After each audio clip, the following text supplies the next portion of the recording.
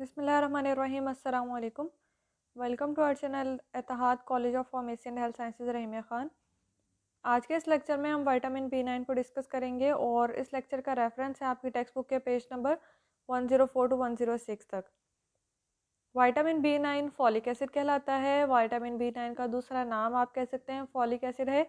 और अगेन हम हर लेक्चर के स्टार्ट में कहते हैं सारे बी कॉम्प्लेक्स वाटर सॉल्युबल हैं, तो विटामिन B9 फॉलिक एसिड भी वाटर सॉल्युबल है, हीट स्टेबल है और इसके अलावा ये एंटी एनीमिक फैक्टर भी कहलाता है। यहाँ पे उसके कैरेक्टरिस्टिक्स की तरह लिखा हुआ है, उसकी खासियत बयान की गई कि वो एंटी एनीमिक फैक्टर है, लेकिन फॉलिक एसिड के अलावा ये एंटी एनीमिक फैक्टर भी कहलाता है कि ये अनीमिया को कम करता है या अनीमिया के अगेंस्ट काम करता है, तो इसी वजह से ये एंटी एनीमिक फैक्टर कहलाता है। सिनोनिम की बात करें विटामिन B9 के और नाम जो है वो विटामिन M है। और इसके बाद इसकी सामने आपके स्ट्रक्चर हैं। इस स्ट्रक्चर को अगर हम डिस्कस करें तो हम इसको इसी स्ट्रक्चर के अकॉर्डिंग हमने इसका एक नाम जो है वो समझना है, लेकिन वो थ्योरी की तरफ है जब हम करेंगे तो फिर उसके साथ हम इसको कंटिन्यू करते हैं। अगर हम केमिस्ट्री की बात करें तो विटामिन B9 जो कि फॉलिक एसिड है उसकी एक्टिव फॉर्म कहलाती है टेट्राहाइड्रोफोलेट, यानी कि विटामिन B9 फॉलिक एसिड की फॉर्म में एक्टिव नहीं होता या एक्टिव फॉर्म में नहीं होता या अपनी एक्टिविटी शो नहीं करता या फंक्शन शो नहीं करता, बल्कि उसको अपने फंक्शन शो करने के लिए कन्वर्ट होना पड़ता है किस में, टेट्राहाइड्रोफोलेट में। ये जो टेट्राहाइड्रोफोलेट है ये THFA भी कहलाता है, इसके एब्रीवेशन है। और फॉलिक एसिड जो है वो टीरॉयल मोनोग्लूटामिक एसिड है। टीरॉयल मोनोग्लूटामिक एसिड इसका दूसरा नाम कैसे है, अगर हम इस बात की तरफ चलें तो हम पहले उसकी स्ट्रक्चर को 3 हिस्सों में डिवाइड करेंगे कि उसकी स्ट्रक्चर के 3 कंपोनेंट हैं या 3 हिस्से हैं उसके। पहला हिस्सा है टेरिडीन, दूसरा हिस्सा है पैरा अमाइनो बेंजोइक एसिड और तीसरा हिस्सा है ग्लूटामिक एसिड। पहला है टेरिडीन, दूसरा है पैरा अमाइनो बेंजोइक एसिड, तीसरा है ग्लूटामिक एसिड। ये जो 3 नाम अंडरलाइन हुए हैं इन तीनों नामों को आपने याद करना है। अब अगर हम इसकी स्ट्रक्चर की तरफ देखें, वो जो स्ट्रक्चर हमारी बुक में है ये भी सेम वैसी स्ट्रक्चर है, लेकिन सिर्फ समझाने के लिए थोड़ा सा डिटेल करने के लिए इसको इस तरह से नेमिंग की गई है। अच्छा, अगर हम इसके स्ट्रक्चर की बात करें तो आपको ये जो पहले 2 न्यूक्लियस नज़र आ रहे होंगे, ये जो 6 मेंबर्ड 2 रिंग नज़र आ रही हैं जो कि एक दूसरे के साथ कनेक्टेड हैं या जो जॉइंट हैं एक दूसरे के साथ, ये जो स्ट्रक्चर है जो कि नाइट्रोजनस बेसिस स्ट्रक्चर है ये कहलाती है टेरिडीन। इसमें पी साइलेंट है, ये कहलाती है टेरिडीन। अब इस टेरिडीन के साथ अगर आप सिर्फ इतना नाम कहो, ये जो दो रिंग्स को आप नाम दो, तो ये है, इसका नाम है टेरिडीन। फिर उसके बाद दूसरा है पैरा अमाइनो बेंजोइक एसिड। आप सबको पता है बेंजीन साइक्लिक 6 मेंबर जो रिंग होगी उसमें अगर कार्बोक्सिलिक एसिड लग जाएगा तो वो बेंजीन बेंजोइक एसिड बन जाएगी। इसी तरह से आपको इस रिंग में नज़र आ रहा होगा कि ये बेंजीन की रिंग के साथ कार्बोक्सिलिक एसिड अटैच है, तो ये बेंजोइक एसिड है।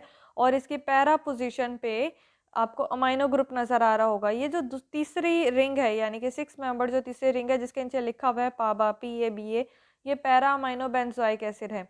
ये पैरा अमाइनो बेंजोइक एसिड की स्ट्रक्चर मैंने आपको अमाइनो एसिड में, नॉन स्टैंडर्ड अमाइनो एसिड में ऐसी स्ट्रक्चर जो है वो वहाँ पे एक्सप्लेन की हुई है ऑलरेडी।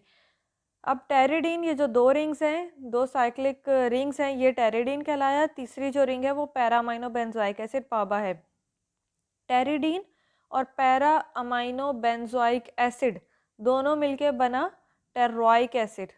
ठीक है, टेरिडीन का यहाँ पे स्टार्ट में TER टेरिडीन का, और इसके साथ बेंजोइक एसिड का ओइक एसिड, दोनों मिलके ये तीनों रिंग्स मिलके बनी, इतना पूरा हिस्सा ये जो ब्रैकेट करके किया हुआ है पूरा हिस्सा बना, कहलाया टेरोइक एसिड। ये हो गया टेरोइक एसिड। 2 कंपोनेंट इसके मिलके बने, 3 कंपोनेंट थे, हमने कहा था टेरिडीन, पैरामाइनो बेंजोइक एसिड और ग्लूटामिक एसिड, 3 कंपोनेंट है जिसमें टेरिडीन और पाबा दोनों मिलके बने टेरोइक एसिड। ये टेरोइक एसिड जब ग्लूटामिक एसिड आपने अमीनो एसिड में पढ़ा हुआ है, इसको एक्सप्लेन करने की ज़रूरत नहीं है। अब ये जो तीसरा कंपोनेंट ग्लूटामिक एसिड के साथ मिलेगा तो टेरोइक एसिड और ग्लूटामिक एसिड मिलके क्या बनेगा, टेरोइल ग्लूटामेट। तो ये जो स्ट्रक्चर है ये कहलाई फॉलिक एसिड की। अब वापस आते हैं इसी की तरफ। तो फॉलिक एसिड के हमने फर्स्ट पॉइंट पढ़ा था कि उसकी एक्टिव फॉर्म टेट्राहाइड्रोफोलेट है उसकी तरफ चलते हैं। सेकंड पॉइंट है फॉलिक एसिड को टेरोइल मोनोग्लूटामिक एसिड भी कहते हैं। यह भी आपको पता चल गया कि किस तरह से कहते हैं, उसकी केमिकल स्ट्रक्चर के अकॉर्डिंग हम उसको टेरोइल मोनोग्लूटामिक एसिड कहेंगे। फिर उसके बाद इसके स्ट्रक्चर को हमने 3 कंपोनेंट में डिवाइड किया है। पहला है टेरिडीन। टेरिडीन एक न्यूक्लियस है, यानी कि वो मेन उसकी स्ट्रक्चर है, बेसिक स्ट्रक्चर है, वो लिंक्ड होता है, वो जुड़ा हुआ होता है, वो बॉन्डेड होता है किसके साथ, पैरा अमाइनो बेंजोइक एसिड, जिसको हमने स्ट्रक्चर में देखा पाबा। वो पाबा इसके साथ मिलके क्या बनाता है, टू फॉर्म टेरोइक एसिड। वो टेरिडीन और पाबा दोनों मिलेंगे तो बनेगा टेरोइक एसिड। ये टेरोइक एसिड फर्दर जॉइंट होता है, जुड़ा हुआ होता है, मिला हुआ होता है या बॉन्डेड होता है किसके साथ, ग्लूटामिक एसिड के साथ, और ये पूरा मिलके बना pteroyl monoglutamic acid. Before functioning, function show करने से पहले एक्टिवेट होने के लिए क्या ज़रूरी है, before functioning folic acid, F A क्या है, folic acid is reduced first to 7 dihydrofolic acid. पहले फॉलिक एसिड बनेगा DHFA में और उसके बाद THFA बनेगा। इस रिएक्शन को एक नज़र यहाँ से देख लें। फॉलिक एसिड है, इनएक्टिव है। ये फॉलिक एसिड पहले बनता है 7-8 डाईहाइड्रोफॉलिक एसिड। डाईहाइड्रो आपको पता है कि दो, अब फॉलिक एसिड के स्ट्रक्चर में दो, किसी भी दो पोजीशन पे हाइड्रो ग्रुप की अटैचमेंट होगी, तो वो कौन सी दो पोजीशन है, 7, कार्बन नंबर 7 पे और कार्बन नंबर 8 पे, दो जगह पे हाइड्रो ग्रुप अटैच हो जाएंगे तो फॉलिक एसिड कन्वर्ट हो जाएगा 7-8 डाईहाइड्रोफॉलिक एसिड में।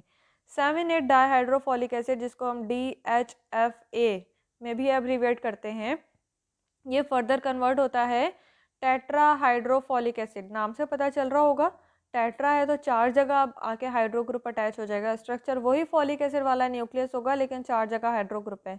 अब वो 4 जगह कौन कौन सी होगी, 5, 6, 7, 8, 4 जगह हाइड्रो ग्रुप अटैच हुआ तो 5, 6, 7, 8 टेट्राहाइड्रोफोलिक एसिड बन गया।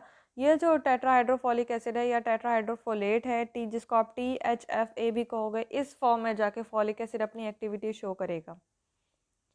सोर्सेज की बात करें तो फॉलिक एसिड वाइडली डिस्ट्रीब्यूटेड है नेचर में, बहुत ज़्यादा चीज़ों में पाया जाता है।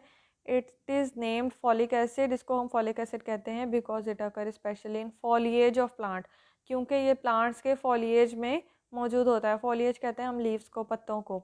ऑल्सो कॉल्ड फोलेसिन, इसी वजह से हम इसको फोलेसिन भी कह सकते हैं। एनिमल की अगर हम बात करें तो folic acid chief dietary sources folic acid के हैं लिवर, किडनी और बीफ। अगर हम प्लांट्स की बात करें तो कॉलीफ्लावर, वीट और रूट वेजिटेबल इसके चीफ सोर्सेज हैं। It is also synthesize by intestinal bacteria, और ये हमारी बॉडी में भी सिंथेसाइज होता है। हमारी बॉडी में कौन सिंथेसाइज कर सकता है इसको, intestinal bacteria, but this supply is not very significant, लेकिन ये काफ़ी नहीं होती है हमारी बॉडी के लिए। It is stored in the liver of total body folic acid up to 60% present in liver. पूरी बॉडी में जितना फॉलिक एसिड होगा उसका अप टू 60% लिवर में स्टोर होता है। फंक्शंस की बात करें तो यह, अच्छा ये बायोकेमिकल फंक्शन है फिलहाल। फंक्शंस की बात करें तो मोस्ट इंपॉर्टेंट फंक्शन है फॉलिक एसिड का टू कैरी आउट रिएक्शन। ये रिएक्शंस में इन्वॉल्व होता है। बायोकेमिकल रिएक्शन की हम बात करेंगे ना, तो फॉलिक एसिड ऐसे रिएक्शन में इन्वॉल्व होता है involving transfer of 1 carbon moiety. एक कार्बन वाले जो ग्रुप्स होते हैं ना, उनके ट्रांसफ़र में ये इन्वॉल्व होता है। मतलब ये कि ऐसे कोई भी ग्रुप जिसमें एक ही कार्बन हो, उस यानी आपको याद होगा हम पढ़ते होते हैं मिथाइल, इथाइल, तो एक कार्बन वाले जो ग्रुप होंगे उसमें ये इन्वॉल्व होगा, जैसे कि फॉर्माइल और मिथाइल। तो ये कैरियर की तरह एक्ट करता है कि वो एक कार्बन वाले ग्रुप को जो है वो ट्रांसफ़र कर सकता है या उसके रिएक्शन में इन्वॉल्व हो सकता है। Second function, it is involve in the synthesis of choline. इसके अलावा ये कोलिन की सिंथेसिस में इन्वॉल्व होता है। ये वही कोलिन है जो कि बाद में एसिटाइल कोलिन बनाएगा। Third function, it regulate the process of haematopoiesis along with vitamin B12। ये vitamin B9 folic acid B12 के साथ मिलके हिमेटोपोइसिस का रोल प्ले करवाता है, यानी कि फॉर्मेशन ऑफ RBC करवाता है। इसी वजह से इसकी कमी से, विटामिन B9 या B12 की कमी से बॉडी में जो RBCs की कमी हो सकती है। और इसी वजह से, इसी कैरेक्टरिस्टिक की वजह से आपको याद होगा पहला स्टेटमेंट था जिसमें लिखा हुआ था कि vitamin B9 anti anaemic factor भी कहलाता है। Fourth point, maintaining normal growth and development. Obviously मैंने हर लेक्चर में बताया कि सारे बी कॉम्प्लेक्स नॉर्मल ग्रोथ और डेवलपमेंट में रोल प्ले करते हैं। Fifth function, it has a significant role in histidine metabolism. ये हिस्टिडीन के मेटाबॉलिज्म में रोल प्ले करता है। फिर आते हैं डेफिशिएंसी की तरफ। अगर विटामिन B9 फॉलिक एसिड की डेफिशिएंसी हो जाए तो क्या हो सकता है, अगर विटामिन B9 की डेफिशिएंसी हो जाए तो हेमाटोपोइटिक डिफेक्ट हो सकता है। अच्छा, हेमाटोपोइटिक डिफेक्ट की अगर हम बात करें तो ऐसी कंडीशन है जिसमें ब्लड सेल्स की प्रोडक्शन सही से नहीं हो सकती, उसको उसमें किसी भी तरह का फॉल्ट आ सकता है, वो ऐसी कंडीशन कहलाती है हेमाटोपोइटिक डिफेक्ट। ऐसी कंडीशन जिसमें ब्लड सेल्स की प्रोडक्शन सही ना हो, उसमें फर्दर 3 कंडीशन है। या तो बोन मैरो की डिप्रेशन हो सकती है, बोन मैरो की डिप्रेशन हो जाएगी तो बोन मैरो की डिप्रेस होने की वजह से जो हेमाटोपोइटिक सेल हैं वो भी कम बनेंगे, डिक्रीज नंबर हो जाएंगे हेमाटोपोइटिक सेल के बोन मैरो में। सेकंड कंडीशन हो सकती है पैनसाइटोपिनिया। पैनसाइटोपिनिया ऐसी कंडीशन है जिसमें हम कहते हैं कि तादाद कम हो जाती है ब्लड सेल्स की। अगर ब्लड सेल्स की तादाद कम हो जाए तो वो कंडीशन कहलाएगी पैनसाइटोपिनिया।